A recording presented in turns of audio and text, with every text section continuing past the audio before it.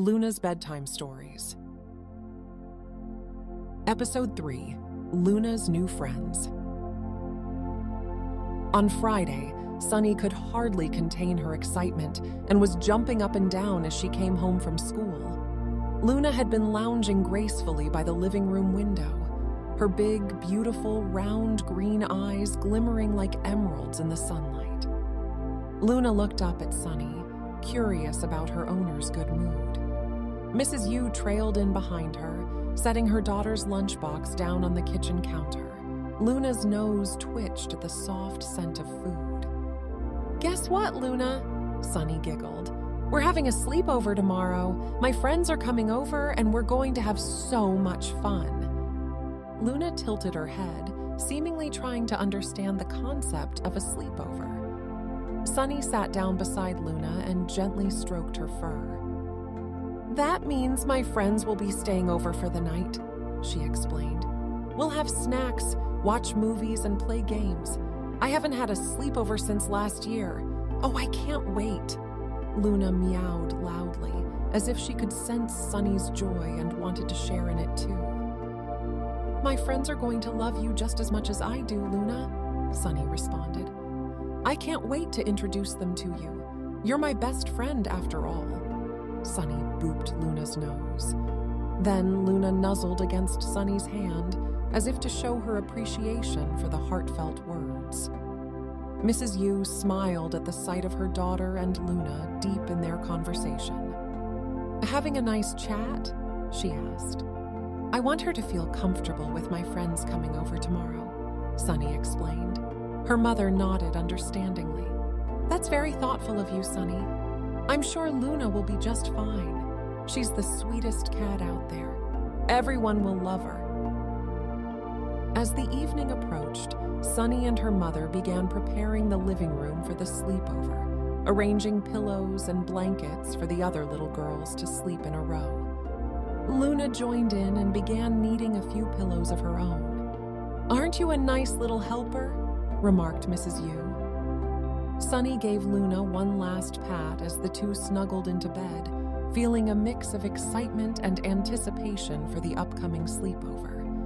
As Sunny drifted off to sleep, she dreamt of all the fun they would have. The next morning, the sun rose with a golden glow, painting the sky in vibrant hues. Sunny greeted the day with enthusiasm, knowing that her friends would soon arrive and the party would soon begin. Luna's feline instincts could sense people approaching the door before the bell even rang. Sunny raced towards the front entrance. As her friends stepped into the house one by one, Luna watched from a distance, her green eyes curious and watchful. The initial excitement she had was beginning to turn into nerves at the sight of such loud, energetic young kids.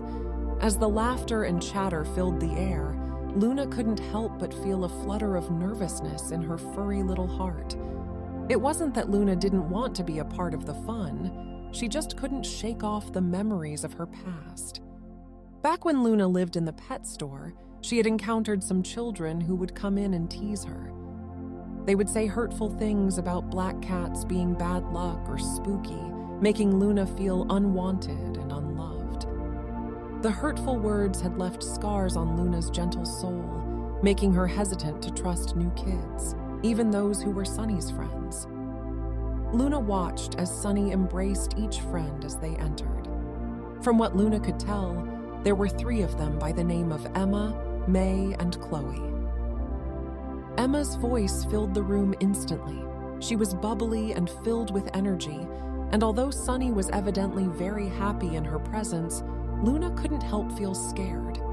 Emma was louder than anyone she had ever met and seemed like the type who would run around without looking at where she's going. This was dangerous for Luna, who might accidentally get her tail stepped on. Luna remained hidden in the corner where she could watch her carefully before making any introduction. Then entered May, who was much quieter and wore glasses with her hair neatly tied back. Perhaps Luna could approach her first. Last was Chloe, who looked the most similar to Sunny, with their pale skin and straight black hair.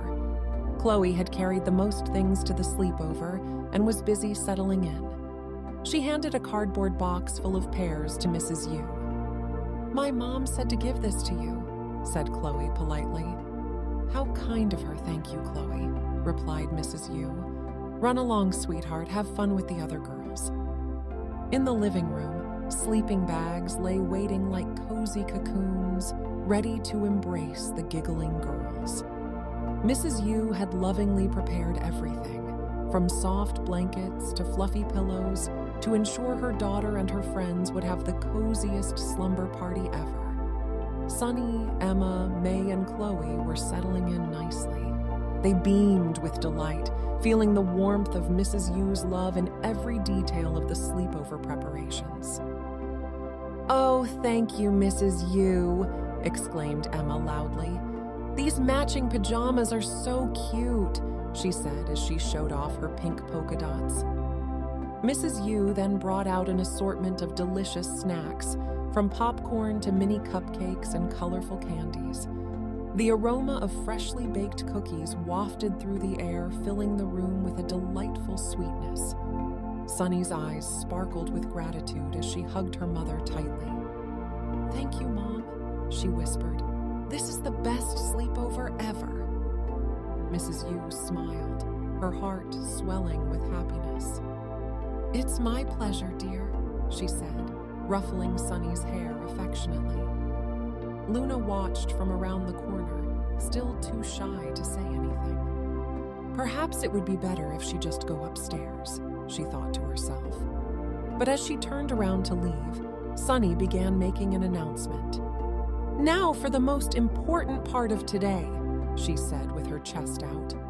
The three girls looked at her in anticipation.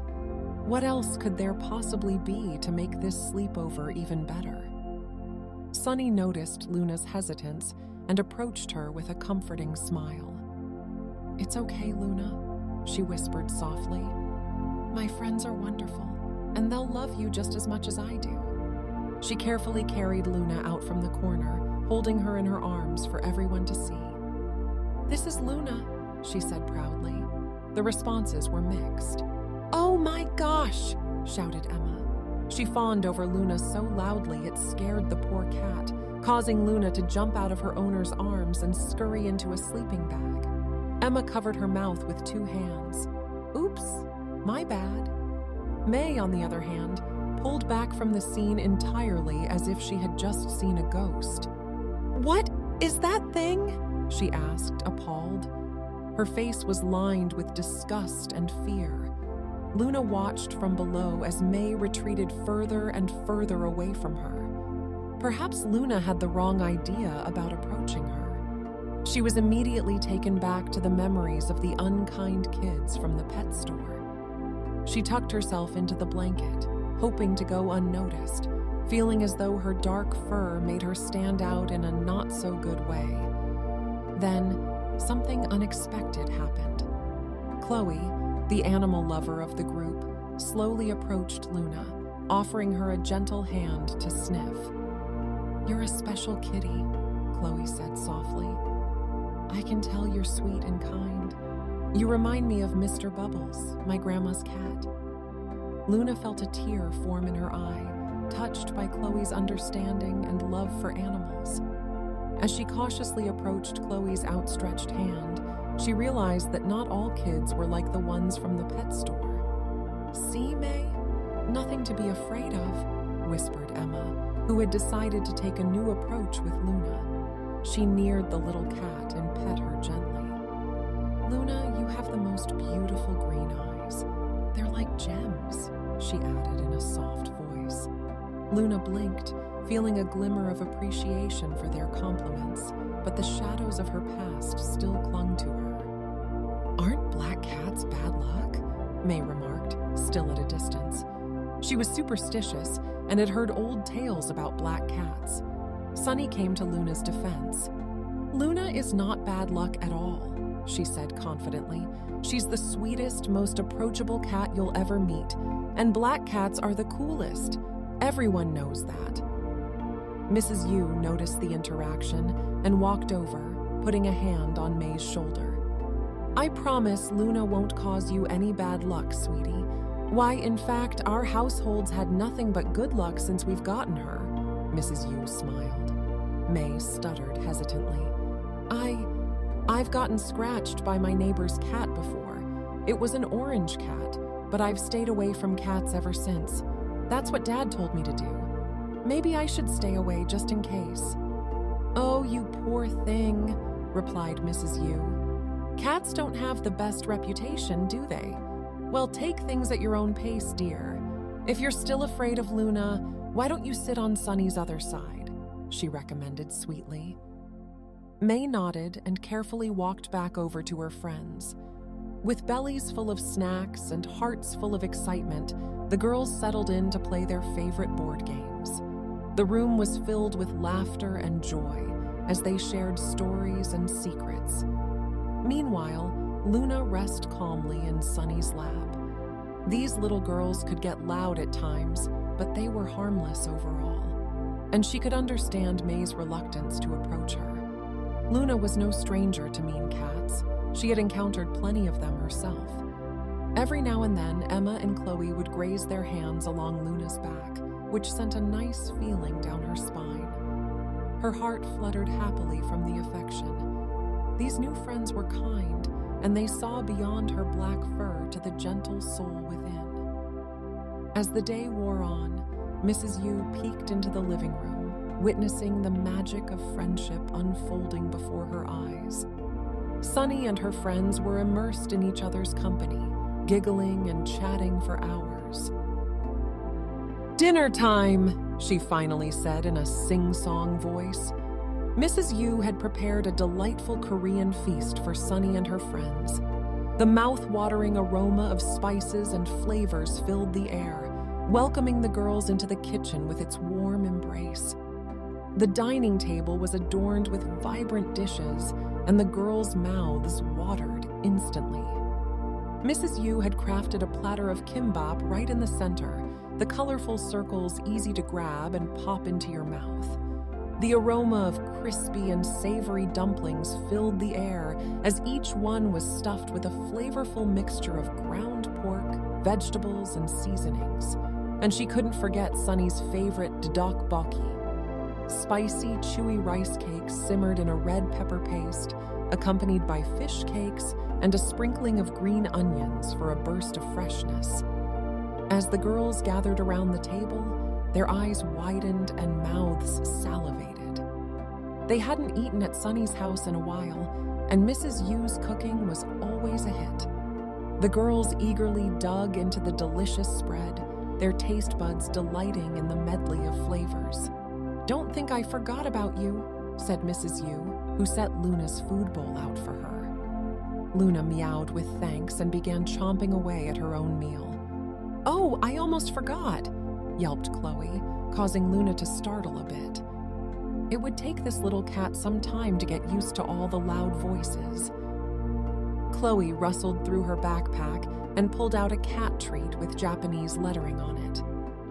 "I grabbed one from my grandma's house for you, Luna," she beamed. Luna was ecstatic.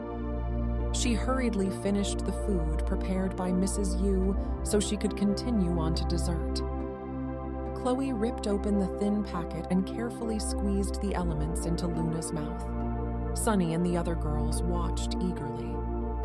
"Do you want to try?" Chloe offered to Sunny. "Can I?" Sunny asked excitedly, taking the packet from Chloe. "Mom, look! Luna loves this. We should get her some next time, oh please." Next, Emma had a turn at feeding Luna. "Animals are so cool," she shouted in the best indoor voice. She was thrilled to partake and squealed excitedly. The packet was being quickly emptied, and there were only a few drops left. "Can I try too?" May asked shyly. Curiosity had gotten the better of her. She saw how much fun the other girls were having and also wanted to join in, despite her previous reservations about cats. She decided to approach Luna, her fear slowly giving way to intrigue. May and Luna exchanged nervous glances, the two of them both cautious of the other. But once the treat began to drip out of the packet, Luna was locked in. She licked away happily like a kid with an ice cream cone. May eased into the motion too and found herself becoming more relaxed.